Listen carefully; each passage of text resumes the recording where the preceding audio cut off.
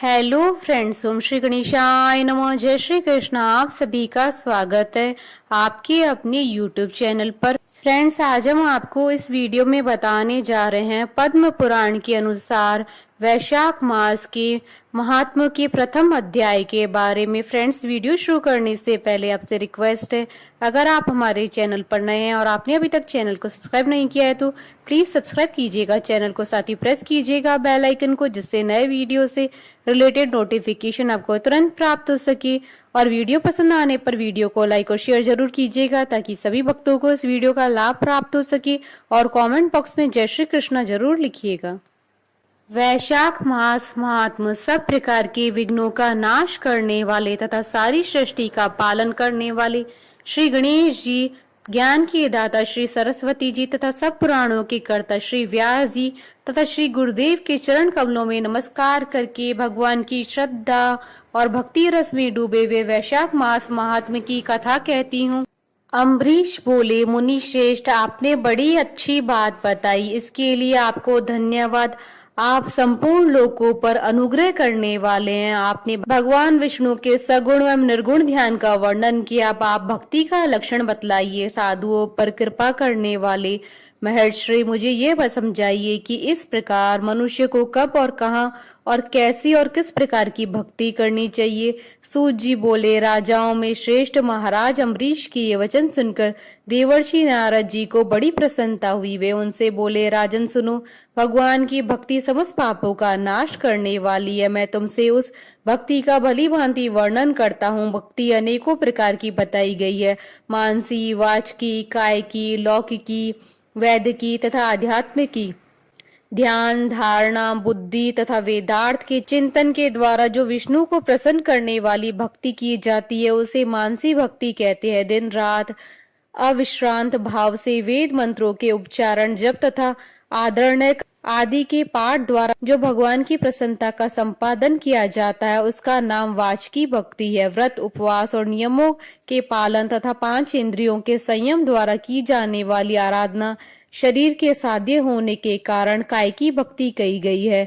यह सब प्रकार की सिद्धियों का संपादन करने वाली है। अपाद्य, अर्ध्य आदि उपचार, नृत्य, वाद्य, गीत, जागरण तथा पूजन आदि के द्वारा जो भगवान की सेवा की जाती है उसे लौकिकी भक्ति कहते हैं। ऋग्वेद, यजुर्वेद, सामवेद के जप, संहिताओं के अध्ययन आदि तथा भविष्य की आहुति, यज्ञ आदि के द्वारा की जाने वाली उपासना का नाम वैदिकी भक्ति है। विज्ञ पुरुषों ने अमावस्या, पूर्णिमा तथा विषुव, तुला तथा मेष की संक्रांति आदि के दिन जो योग करने का आदेश दिया है वह वैदिकी भक्ति का साधक है। अब मैं योग्य जन आध्यात्म की भक्ति का वर्णन करता हूँ, सुनो। योगज भक्ति का साधक सदा अपनी इंद्रियों को संयम में रखकर प्राणायाम पूर्वक ध्यान किया करता है, विषयों से अलग रहता है। वह ध्यान में देखता है भगवान का मुख अनंततः तेज से उद्दीप्त हो रहा है, उनकी कटी के ऊपरी भाग तक लटका हुआ यज्ञोपवीत शोभा पा रहा है। उनका शुक्ल वर्ण है, 4 भुजाएं हैं, उनके हाथों में वरद और अभय की मुद्राएं हैं। वे पीत वस्त्र धारण किए हुए हैं, उनके नेत्र अत्यंत सुंदर है, वे प्रसन्नता से परिपूर्ण दिखाई देते हैं। राजन, इस प्रकार के योग्य युक्त पुरुष अपने हृदय में परमेश्वर का ध्यान करता है। जैसे प्रज्वलित अग्नि काष्ठ को भस्म कर डालती है, उसी प्रकार भगवान की भक्ति मनुष्य के पापों को तत्काल दग्ध कर देती है। भगवान श्री विष्णु की भक्ति साक्षात सुधा का रस है, संपूर्ण रसों का एकमात्र सार है। इस पृथ्वी पर मनुष्य जब तक उस भक्ति का श्रवण नहीं करता है, उसका आश्रय नहीं लेता है, तभी तक उसे सैकड़ों बार जन्म, मृत्यु और जरा के आघात से होने वाले नाना प्रकार के दैहिक दुख प्राप्त होते हैं। यदि महान प्रभावशाली भगवान अनंत का कीर्तन और स्मरण किया जाए तो वे समस्त पापों का नाश कर देते हैं। ठीक उसी तरह जैसे वायु मेघ का तथा सूर्यदेव अंधकार का विनाश कर डालते हैं। राजन, देव पूजा, यज्ञ, तीर्थ स्नान, व्रतानुष्ठान, तपस्या और नाना प्रकार के कर्मों से भी अंतःकरण की वैसी शुद्धि नहीं होती है जैसे भगवान अनंत का ध्यान करने से होती है। नरनाथ, जिनमें पवित्र यश वाले तथा अपने भक्तों को भक्ति प्रदान करने वाले विशुद्ध स्वरूप भगवान श्री विष्णु का कीर्तन होता है, वे ही कथाएं शुद्ध है तथा वे यथार्थ हैं, वे ही लाभ पहुंचाने वाली है और वे ही हरि भक्तों के कहने सुनने योग्य होती है। भूमंडल के राज्य का भार संभालने वाले धीरचित महाराज अम्बरीश, तुम धन्य हो, क्योंकि तुम्हारा हृदय पुरुषोत्तम के ध्यान में एकातान हो रहा है तथा सौभाग्य लक्ष्मी से सुशोभित होने वाली तुम्हारी नैष्टिक बुद्धि श्री कृष्णचंद्र की पुण्यमय लीलाओं के श्रवण में प्रवृत्त हो रही है। भूपते, भक्तों को वरदान देने वाले अविनाशी भगवान श्री विष्णु की भक्ति पूर्वक आराधना किए बिना अहंकार वश अपने को ही बड़ा मानने वाले पुरुष का कल्याण कैसे होगा। भगवान माया के जन्मदाता है, उन पर माया का प्रभाव नहीं पड़ता। साधु पुरुष ने भक्ति के द्वारा ही प्राप्त करते हैं। इस बात को तुम भी जानते हो राजन। धर्म का कोई भी तत्व ऐसा नहीं है जो तुम्हें ज्ञात न हो। फिर भी जिनके चरण ही तीर्थ हैं, उन भगवान की चर्चा का प्रसंग उठाकर जो तुम उनकी सरस कथा को मुझसे विस्तार से पूछ रहे हो, उसमें यही कारण है कि तुम वैष्णवों का गौरव बढ़ाना चाहते हो, मुझ जैसे लोगों को आदर दे रहे हो। साधु संत जो एक दूसरे से मिलने पर अधिक श्रद्धा के साथ भगवान अनंत के कल्याण में गुणों का कीर्तन और श्रवण करते हैं, इससे बढ़कर परम संतोष की बात तथा समुचित पुण्य मुझे और किसी कार्य में नहीं दिखाई देता है।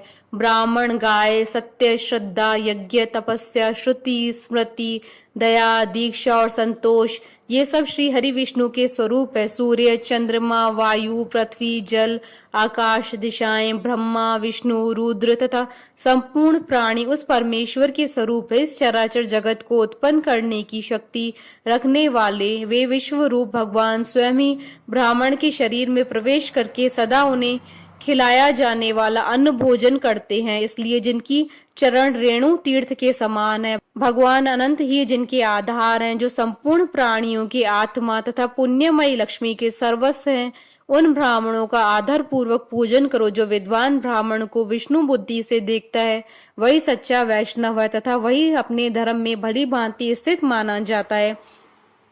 तुमने भक्ति के लक्षण सुनने के लिए प्रार्थना की थी, सो सब मैंने तुम्हें सुना दिया। अब गंगा स्नान करने के लिए जा रहा हूँ। यह वैशाख का महीना उपस्थित है, जो भगवान लक्ष्मीपति को अत्यंत प्रिय है। इनकी भी आज शुक्ला सप्तमी है। इसमें गंगा का स्नान अत्यंत दुर्लभ है। पूर्व काल में राजा जहू ने वैशाख शुक्ला सप्तमी को क्रोध में आकर गंगा जी को पी लिया था, फिर अपने दाहिने कान के छिद्र से उन्हें बाहर निकाला था। अतः जहू की कन्या होने के कारण गंगा जी को जाह्नवी कहते हैं। इस तिथि को स्नान करके जो आकाश की मेखला बुध गंगा देवी का उत्तम विधान के साथ पूजन करता है, वह मनुष्य धन्य एवं पुण्य आत्मा है। जो वैशाख शुक्ला सप्तमी को विधि पूर्वक गंगा में देवताओं और पितरों का तर्पण करता है, उसे गंगा देवी कृपा दृष्टि से देखती है तथा वह स्नान के पश्चात सब पापों से मुक्त हो जाता है। वैशाख के समान कोई मास नहीं तथा गंगा के सदृश दूसरी कोई नदी नहीं है। इन दोनों का संयोग दुर्लभ है। भगवान की भक्ति से ही ऐसा सुयोग्य प्राप्त होता है। गंगा जी का प्रादुर्भाव भगवान श्री विष्णु के चरणों से हुआ है। वह ब्रह्मलोक से आकर भगवान शंकर के जटाजूट में निवास करती हैं। गंगा समस्त दुखों का नाश करने वाली है। अपने स्त्रोतों से निरंतर प्रवाहित होकर तीनों लोकों को पवित्र करती रहती हैं। उन्हें स्वर्ग पर चढ़ने के लिए सीढ़ी माना गया है। वह सदा आनंद देने वाली है, नाना प्रकार के पापों को हरने वाली, संकट से तारने वाली, भक्तजनों के अंतःकरण में दिव्य प्रकाश फैलाने की लीला से सुशोभित होने वाली, सगर के पुत्रों को मोक्ष प्रदान करने वाली, धर्म मार्ग में लाने वाली तथा 3 मार्गों से प्रवाहित होने वाली गंगा देवी तीनों लोकों का श्रृंगार है। वे अपने दर्शन, स्पर्श, स्नान, कीर्तन, ध्यान और सेवन से हजारों पवित्र तथा अपवित्र पुरुषों को पावन बनाती रहती हैं। जो लोग दूर रहकर भी तीनों समय गंगा गंगा गंगा इस प्रकार उच्चारण करते हैं, उनके 3 जन्मों का पाप गंगा जी नष्ट कर देती है। जो मनुष्य 1000 योजन दूर से भी गंगा का स्मरण करता है, वह पापी होने पर भी उत्तम गति को प्राप्त होता है। राजन, वैशाख शुक्ला सप्तमी को गंगा जी का दर्शन विशेष दुर्लभ है। भगवान श्री विष्णु और ब्राह्मणों की कृपा से ही उस दिन उनकी प्राप्ति होती है। माधव, अर्थात वैशाख के समान महीना और माधव अर्थात विष्णु के समान कोई देवता नहीं है, क्योंकि पाप के समुद्र में डूबते हुए मनुष्य के लिए माधव ही जहाज का काम देते हैं। माधव मास में जो भक्ति पूर्वक दान, जप, हवन और स्नान आदि शुभ कर्म किए जाते हैं, उनका पुण्य अक्षय तथा 100 करोड़ गुना अधिक है। जिस प्रकार देवताओं में विश्वात्मा भगवान नारायण देव श्रेष्ठ है, जैसे जप करने योग्य मंत्रों में गायत्री सबसे उत्कृष्ट है, उसी प्रकार नदियों में गंगा जी का स्थान सबसे ऊंचा है। जैसे संपूर्ण स्त्रियों में पार्वती, तपने वालों में सूर्य, लाभों में आरोग्य लाभ, मनुष्यों में ब्राह्मण, पुण्यों में परोपकार, विद्याओं में वेद, मंत्रों में प्रणव और ध्यानों में आत्मचिंतन, तपस्याओं में सत्य और स्वधर्म पालन, शुद्धियों में आत्मशुद्धि, दानों में अभय दान तथा गुणों में लोभ का त्याग ही सबसे प्रधान माना गया है। उसी प्रकार सब मासों में वैशाख मास अत्यंत श्रेष्ठ है। पापों का अंत वैशाख मास में प्रातः स्नान करने से होता है, अंधकार का अंत सूर्य के उदय से तथा पुण्यों का अंत दूसरों की बुराई और चुगली करने से होता है। हे राजन, कार्तिक मास में जब सूर्य तुला राशि पर स्थित हो, उस समय जो स्नान दान आदि पुण्य कार्य किया जाता है, उसका पुण्य परार्ध गुना अधिक होता है। माघ मास में जब मकर राशि पर सूर्य हो तो कार्तिक की अपेक्षा भी 1000 गुना उत्तम फल प्राप्त होता है, और वैशाख मास में मेष की संक्रांति होने पर माघ से भी 100 गुना अधिक पुण्य होता है। वे ही मनुष्य पुण्यात्मा और धन्य हैं जो वैशाख मास में प्रातः काल स्नान करके विधि विधान से भगवान लक्ष्मीपति की पूजा करते हैं। वैशाख मास में सवेरे का स्नान, यज्ञ, दान, उपवास, हविष्य भक्षण तथा ब्रह्मचर्य का पालन ये मान पातकों को नाश करने वाला है। हे राजन, कलयुग में वैशाख मास की महिमा गुप्त नहीं रहने पाएगी, क्योंकि उस समय वैशाख स्नान का महात्म अश्वमेघ यज्ञ के अनुष्ठान से भी बढ़कर है। कलयुग में परम पावन अश्वमेघ यज्ञ का अनुष्ठान नहीं हो सकता है। उस समय वैशाख मास का स्नान ही अश्वमेघ यज्ञ के समान विहित है। कलयुग के अधिकांश मनुष्य पापी होंगे, उनकी बुद्धि पाप में ही आसक्त होगी, अतः वे अश्वमेघ के पुण्य को जो स्वर्ग और मोक्ष रूप फल प्रदान करने वाला है नहीं जान सकेंगे। उस समय के लिए लोग अपने पापों के कारण नरक में पड़ेंगे। अतएव कलयुग के लिए अश्वमेघ का प्रचार कम कर दिया गया और उसके स्थान पर वैशाख मास के स्नान का विधान किया गया। इति श्री पद्म पुराण अंतर्गत वैशाख मास महात्म्य का प्रथम अध्याय संपूर्ण। बोलिए भगवान विष्णु की जय, सनातन धर्म की जय।